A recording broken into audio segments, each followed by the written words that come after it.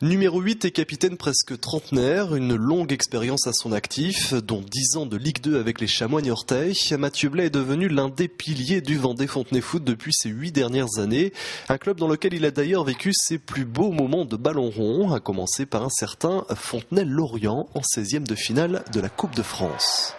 À chaque fois que j'avais été en Ligue 2 ou même en réserve avec Niort, avec les Chamois niortais, j'avais pas joué la Coupe de France, c'était la première qu'il a joué.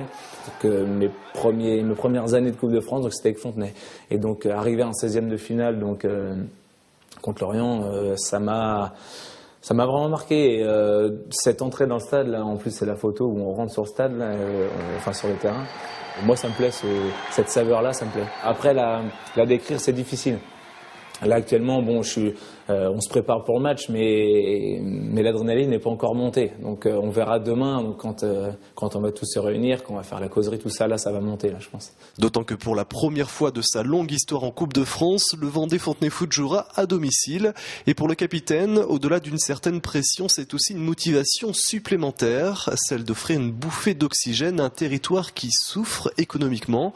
Et le capitaine de l'équipe première, également technicien au service qualité de l'une des filiales de la Samro, sait de quoi il en retourne.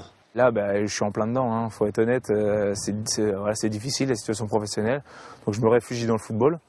Et peut-être que par la suite, dans le football, ça ira moins bien, et donc ce sera peut-être mon boulot qui me permettra d'aller mieux. Donc oui, moi, ça va être une grosse bouffée d'oxygène. Je vais en profiter pour essayer de me lâcher. Dans quelques heures, Mathieu Blais saura si ses coéquipiers et lui-même sont en mesure de réaliser l'exploit sportif. Quant à l'autre combat professionnel, celui-ci, c'est vendredi que l'avenir de son entreprise sera étudié par le tribunal de commerce. Une semaine décisive donc pour le capitaine des Bleus locaux.